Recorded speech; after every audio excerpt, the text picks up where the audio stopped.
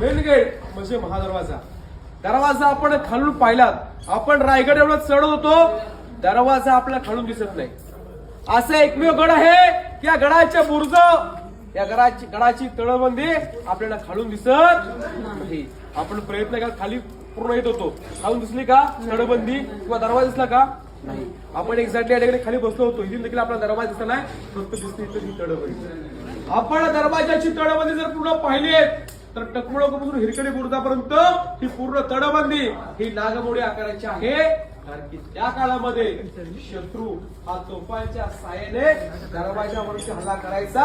या मूळ दरवाजा तडबंदी ही नागमोडी आकाराची आणि दरवाजा हा गोमुखी आकाराचा दरवाजा आहे. जरी शत्रूने तोफा टाकल्या तरी दोन बुर्ज आहेत, जय आणि विजय. या दोन बुर्जावरती तोफा पडू शकतात, पण दरवाजाला आपल्या साईडला काहीच होऊ शकत नाहीये. त्यामुळे दरवाजाचा आकार हा गोमुखी सारखा पाडण्यात आलेला आहे. त्यानंतर तुम्हाला सर्वांना माहिती असेल की त्या काळामध्ये शत्रू हा हत्तीच्या सहाय्याने दरवाजा तोडण्याचा प्रयत्न करायचा. पण विचार केला तर या ठिकाणी 2 पायचा माणूस देखील येणे शक्य नाहीये. मग एवढा मोठा बलाढ्य हत्ती देखील किल्ल्यावरती येणे शक्य होतं का? तर नव्हतं. पण आपल्या राजाने रायगडावरती हत्ती आणले होते आणि ह्याचं पालनपोषण देखील रायगडावरती करण्यात आलेलं होतं. याची माहिती आपण वरती घेणार आहोत. तर तुम्हाला सर्वांना माहिती असेल की मोठ्या ओळख्याच्या सहाय्याने दरवाजा तोडण्याचा प्रयत्न करायचे. आता आपण हा